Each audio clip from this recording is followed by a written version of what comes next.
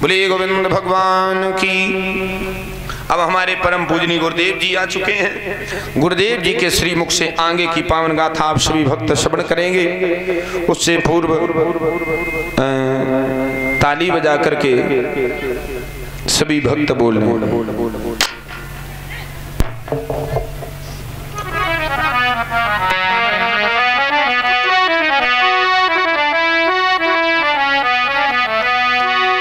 कि लूट कर ले गया दिल जिगर,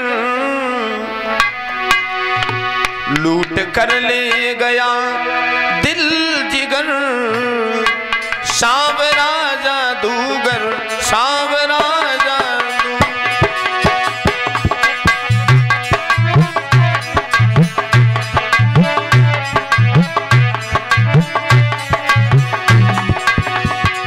लूट कर ले गया दिल जिगर, सांवरा जादूगर, सांवरा जादूगर।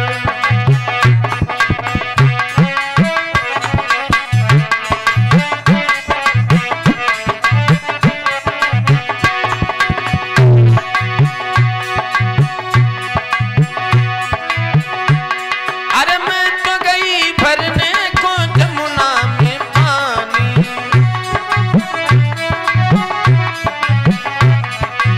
देख छवि नटखट की हुई गई दीवानी।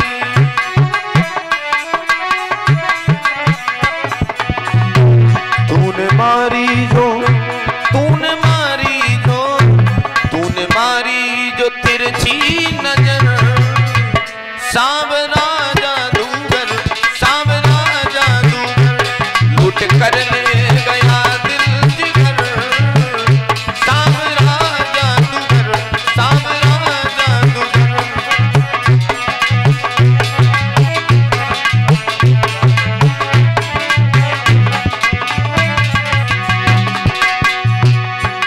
तान सुनी बंसी की सुध बुध में खो गई, तान सुनी बंसी की सुध बुध में खो गई। भूल गई लोक लाज बस तेरी में हो गई।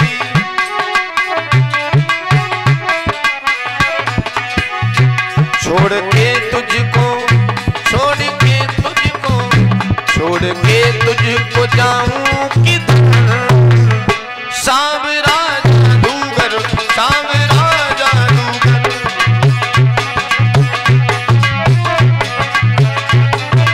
और बांधनी प्रभु से तुमने आशा की लड़ियां, बांधनी तुमने प्रभु आशा की लड़ियां। है ये तमन्ना शेष जीवन की घड़ियां।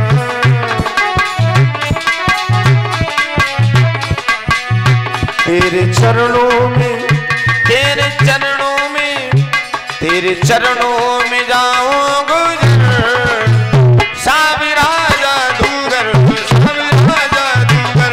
लूट कर ले गया दिल जिगर, सांवरा जादूगर, सांवरा जादूगर। लूट कर ले गया दिल जिगर, ओ सांवरा जादूगर, सांवरा जादूगर। बोलिए गुरुदेव भगवान की।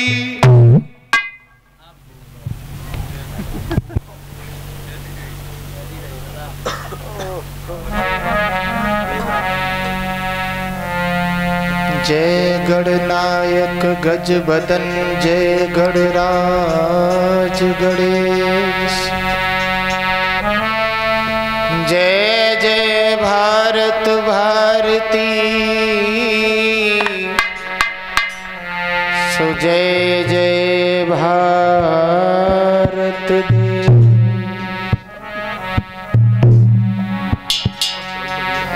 महावीर जन सुवन में धरूं आपको ध्यान, पवन पुत्र हनुमान को मेरा कोट कोट प्रणाम।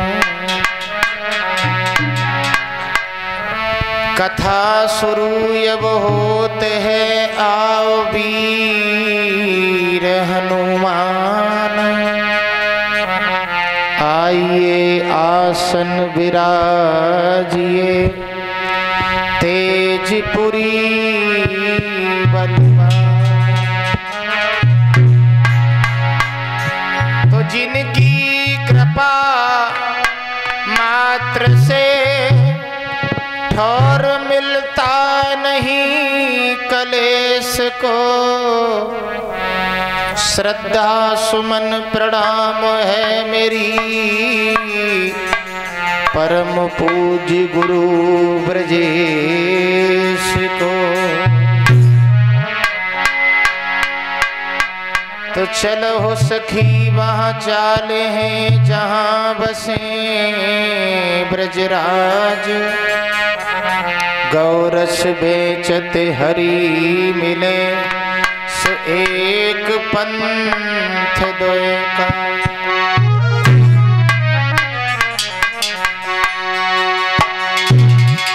तो भक्त भजन भावे तुम्ही है देवन के देव, लाज रखो संकट हरो कैलाशपति महादेव। बोलिए वृंदावन बिहारी लाल की। आदरणीय सभा में उपस्थित भगवान के प्यारे भक्तगण, सीता अनसुईया के समान इस भूमि को पवित्र करने वाली हमारी माताएं एवं बहनाएं, अर्चनीय वंदनीय परम पूज्य हमारे संत भगवान, पावन दरबार में बैठे हुए हमारे पिता तुल्य बुजुर्ग, भगवान की कथा का परिचय जी, ये 6वां दिवस यानी 6वां दिन व्यतीत होने को जा रहा है। जहाँ तक हमारी आवाज़ पहुँच रही हो, सभी भाइयों से, माताओं बहनों बुजुर्गों से करवद्र निवेदन करना चाहूँगा कि थोड़ा थोड़ा समय निकाल करके भगवान के दरबार में उपस्थित हों और भगवान की पावनमयी कथाओं को अमृत पान कर अपने जीवन को धन्य बनाएं। परीक्षित जी, बड़े सौभाग्य होते हैं जहाँ पर भगवान की चर्चाएं होती हैं, भगवान की पवित्र कथाएं होती हैं। वो गांव ही नहीं, जहाँ तक ये साउंड सर्विस की आवाज़ पहुँचती है वो क्षेत्र धन्य हो जाता है। और आपका गांव तो बड़ा सौभाग्य है, एक कथा नहीं जहाँ पर 2-2 कथाएं चलती रही। आज कुछ शांति मिली हमको भैया। शांति तो है लेकिन वो भ्रांति फैलाए है पीछे, वो देखो पंचायत लगी। कुछ लोग इधर बैठे हैं भैया, इधर आ जाओ तो और अच्छा लगेगा। लड़ाई है इन लोगों से, धूप। हमारे भी बड़े सौभाग्य परीक्षित जी, आपके ग्राम में आकर के श्रीमद् भागवत सप्ताह रूपी पवित्र वक्तव्य करने का हमको मौका मिला। सभी माताओं बहनों भाइयों बुजुर्गों के दर्शन हुए। आज भगवान की कथा का 6वां दिन व्यतीत होने को जा रहा है। जहाँ तक आवाज़ पहुँच रही हो, थोड़ा थोड़ा समय निकाल करके सभी लोग भगवान के दरबार में उपस्थित हों। मैं ये नहीं कहता परीक्षित जी सारे दिन भगवान के दरबार में ही बैठे रहो, काम भी करते जाओ। काम के साथ साथ जितना वक्त निकल आए भगवान के दरबार में बैठने का उतना बहुत है। गोस्वामी तुलसीदास जी कहते हैं, एक घड़ी आधी घड़ी आधेव में पुण्यात। 1 घंटा 2 घंटा 10 मिनट 5 मिनट 2 मिनट भगवान के दरबार में बैठ करके भगवान की कथाओं को अमृत पान कर अपने जीवन को धन्य बनाए। लेकिन परीक्षित जी, एक बात हम आपको और बता देना चाहते हैं। आजकल इंसान के पास ना तो धन धाम की कमी है, न सम्मान की कमी है, न संतान की कमी है, न अभिमान की कमी है, और कमी है तो सिर्फ टाइम की कमी है। किसी के पास आजकल वक्त नहीं रहा, समय नहीं रहा। कुछ लोग कहते हैं चलो भैया वहाँ पर कथा हो रही है, थोड़ा टाइम निकाल लीजिए। बोले हमारे पास मरने तक की फुर्सत नहीं है, तुम्हें कथा की पड़ी है। अब मरने के लिए कभी टाइम नहीं निकालना पड़ेगा। जब यमराज लेन को आवे आए के पकड़े बहे तो उनसे भी कह दियो अब की बार लौट जाओ, हमारे पास वक्त नहीं है। लेकिन परीक्षित जी तब हमारी आपकी पेश नहीं जाती। कहने का हमारा मतलब है संसार में परीक्षित जी हमें आपको सब धोखा दे जाए, घरवारी परवारी हितकारी व्यवहारी, लेकिन दो चीजें कुदरत की बनाई हुई ऐसी हैं जो कभी किसी को धोखा नहीं देती, एक मौत और एक बुढ़ापा। ये दोनों बहुत चाहते हैं तुम इन्हें भूल जाओ, बोले हमारे पास तुम कभी नहीं आना, लेकिन ये दोनों जब आएंगे तो जान लेंगे तुम कौन सी गली में हो, कौन से मोहल्ला में हो, कौन से मकान में हो, कौन से गांव में हो, बिना पूछे बिना बताए पहुंच जाएंगे। और सबसे ज्यादा अगर कोई चाहने वाला है परीक्षित जी तो बुढ़ापा बहुत चाहता है, इतना कोई नहीं चाहता। हाँ, ना घरवारी ना परवारी ना हितकारी ना व्यवहारी ना सारी तो कोई ना चाह जितो बुढ़ापो चाहता। हाँ, लड़कपन आता है परीक्षित जी, कुछ दिनों तक रहता है चला जाता है, जवानी आती है कुछ दिनों रहती है चली जाती है, लेकिन परीक्षित जी बुढ़ापा आने के बाद तब तक रहता है जब तक संग लेके नहीं जाता। बोले हम तुम्हें छोड़ के नहीं जाएंगे, हम बहुत चाहते हैं। हर इंसान के पीछे चार लोग लगे हुए हैं, चार लोग, लड़कपन, जवानी, बुढ़ापा और मौत, लेकिन चारों के काम अलग अलग है। लड़कपन में जो सुख मिला वो हमें दोबारा देखने को ही नहीं मिला। लड़कपन में जो सुख था, जो आनंद था, एक ने बड़े सुख दिखाए, किसने? लड़कपन ने। एक ने बड़े सुख दिखाए, पैदा हुए घर वालों ने ढोल बजाए, खेले कूदे गुलहाल मचाए, पट्टी बस्ता बगल में दबाए, पढ़ने पाठशाला में धाए, क्या बताऊं बताया ना जाए उन दिनों की हमें बड़ी यादें आई। वो लड़कपन कुछ दिनों तक रहा, तब तक जवानी ने घंटी बजा दी, ओए हटो नंबर हमारा है। परीक्षित जी लड़कपन चला गया और जवानी आ गई। और परीक्षित जी जब जवानी आई तो जवानी ने सुख से सोने ही नहीं दिया। एक ने ऐसी गड़बड़ मचाई, किसने? जवानी ने। एक ने ऐसी गड़बड़ मचाई, थोड़े दिनों के बाद जवानी आई, जवानी ने ऐसी गड़बड़ मचाई, घर वाले ने शादी रचाई, पति और पत्नी की जोड़ी बनाई, बाल बच्चा भय चुका चुकरी कमाई, सो पत्नी और बच्चन के ही काम में आई। सारी जिंदगी कमाते कमाते हार गए। इंसान का जीवन देखा आप लोगों ने? ऐसा इंसान का जीवन है जैसे भट्टा पे चट्टा और चट्टा पे भट्टा। सारी जिंदगी कमाते कमाते हार गए, घर पे लौटे आए, महीना पूरा ना हो पाओ तो फिर दिल्ली चले गए, हलो पहुंच गई, 5000 रुपया डालो, बच्चन की फीस आ गई तो पूरा महीना हो ना पाओ तो लीपा पोती खत्म हो गई, बड़ी मुसीबत की बात, फिर डालो। सारी जिंदगी कमाते कमाते हार गए। लेकिन परीक्षित जी जवानी जब गई तो सुवतई में छोड़े चली गई, कछु कहू नहीं गई कि दोबारा आए हो के ना है। बुढ़ापा तैयार बैठा था, चलो जवानी तुम जाओ नंबर हमाओ है। बुढ़ापा आ गया, एक ने आके ऐसा दबाया, खांसी खुल्ला ने अड्डा जमाया, चलती कमर को कमान बनाया, सरेला मोह पोपला बनाया। परीक्षित जी बुढ़ापा बोला अब तुम चिंता ना करो, अब हम तुम्हारे साथ रहेंगे और तब तक रहेंगे जब तक तुम्हें संग लेके नहीं जाएंगे। परीक्षित जी कुछ दिनों तक बुढ़ापा रहो और तब तक मौत तैयार खड़ी थी। बोले चलो दद्दा अब हमारे साथ चलो। तब तक मौत ने दबोच लिया। मेरा मतलब है अरे क्यों सोता पैर पसार के तेरे सर पे मौत खड़ी है, क्यों सोता पे पसार के तेरे सर पे मौत खड़ी है।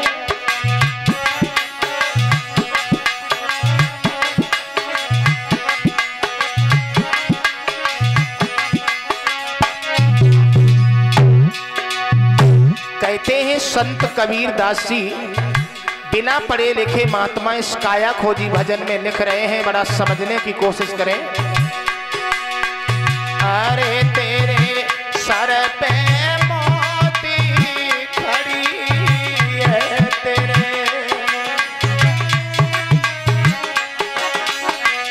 से मामा तेरे सर पे मोती खड़ी है, तेरे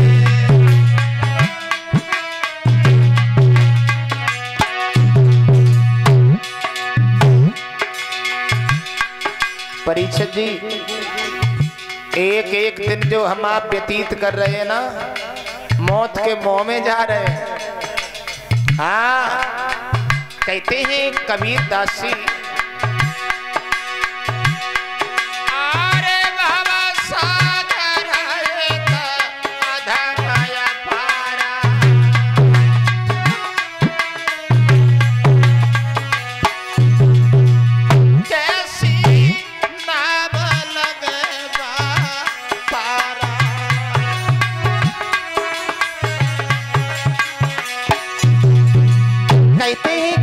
दासी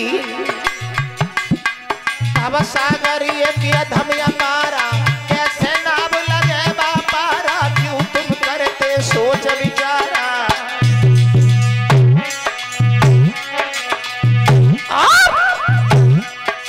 जमनाए मल्ला कोई नाम है, क्यों सोचे घड़ी घड़ी है, क्यों सोता पैर पसार के तेरे सर पे मोती खड़ी है।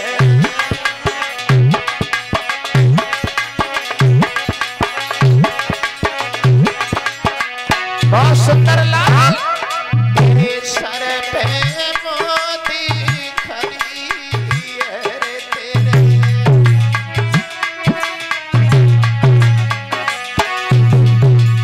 और आगे कुछ और लिखा कबीर दास जी ने।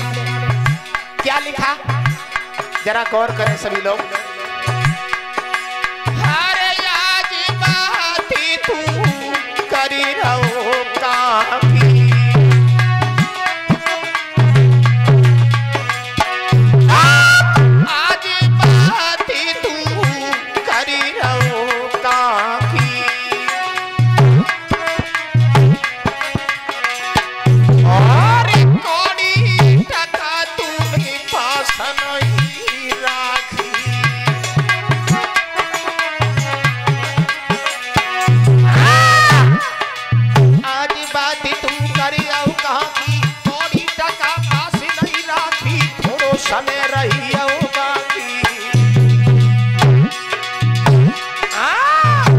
सोई लला चल दीनो पल्लू जार के तेरी किसने बुद्धि हरी है, क्यों सोता पैर पसार के तेरे सर पे मोती खड़ी है।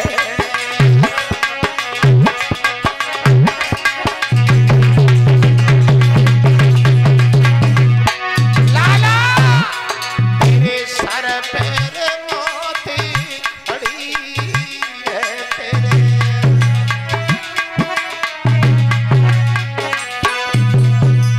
कहते हैं कबीर दासी के वो सोता पैर पसार के तेरे सर पे मौत खड़ी है।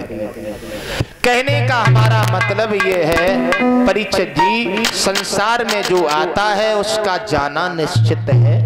आज नहीं तो कल, कल नहीं तो परसों, जानो ही जानो है सभी को। कहने का हमारा मतलब है परीक्षित जी, और जब जानो ही जानो है तो काय बात की झगड़ा, काय बात की लड़ाई, काय बात की बेमनुष्यताएं, हमें सबको यहाँ से छोड़ करके जाना ही पड़ेगा। लोग कहते हैं ये मेरा है, ये मेरा है, ये मेरा है। विचार करो परीक्षित जी, ये शरीर भी अपना नहीं है, ये शरीर भी अपना नहीं है। याद रखना, ये काया भी साथ छोड़ के चली जाती है। हाँ, पैदा किया किसी दूसरे ने, बड़ा किया किसी दूसरे ने, पढ़ाया लिखाया किसी दूसरे ने, सर्विस दी किसी दूसरे ने, और मर गए तो उठा के कौन ले गया? कोई दूसरा। हमेशा परीक्षित जी हमारे आपके कार्य सब दूसरे ही लोग करते हैं। अब विचार करो, पैदा हुए तो पहला स्नान किसने किया? दूसरों ने। और मर गए तो अंतिम स्नान किसने किया? दूसरों ने। लेकिन ये दुनिया बड़ी अजीब है परीक्षित जी। दुनिया जो है ये बड़ी अजीब है। दुख में पीछे हो जाती है और सुख में आगे हो जाती है। मैं सभी सज्जनों से निवेदन करना चाहूंगा कि दुख में आगे हो जाओ और सुख में पीछे हो जाओ तो कोई दिक्कत नहीं। आप लोगों ने देखा होगा, दुख में हमेशा लोग पीछे रहते हैं और सुख में आगे रहते हैं। देखा?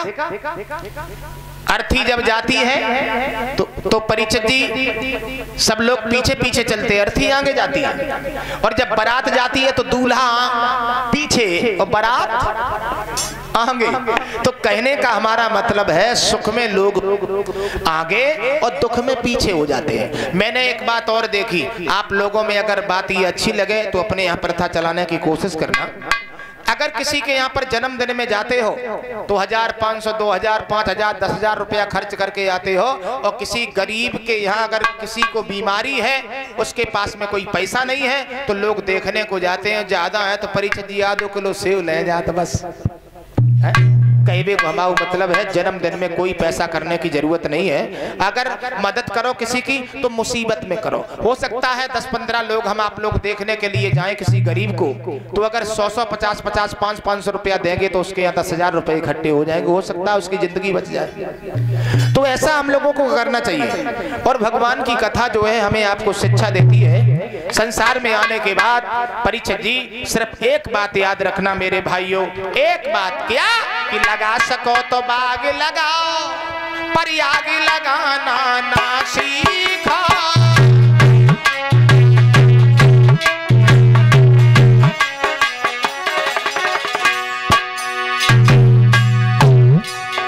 लगा सको तो बाग लगाओ, लेकिन परीक्षित जी आग मत लगाओ।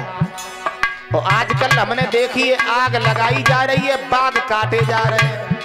ठीक उल्टा हो रहा है। मेरा मतलब है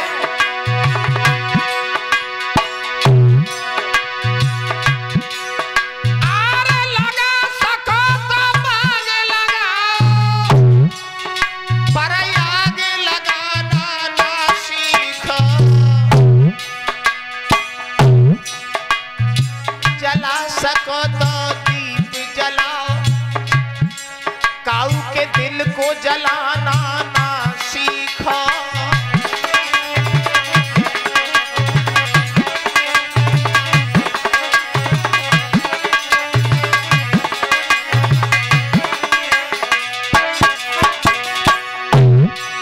जला सको तो दीप जलाओ बहनाओ भाइयों, जो घर में रोशनी हो।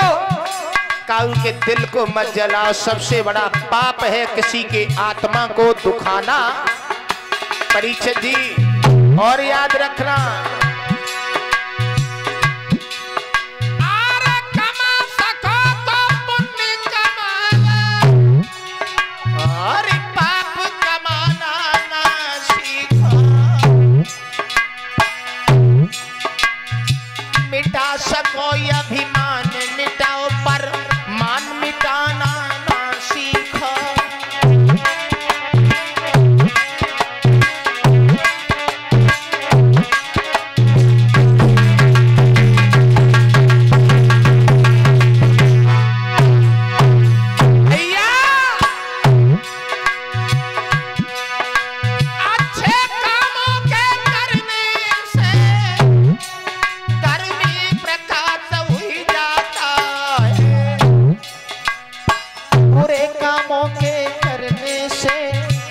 प्रकाश हुई जाता है।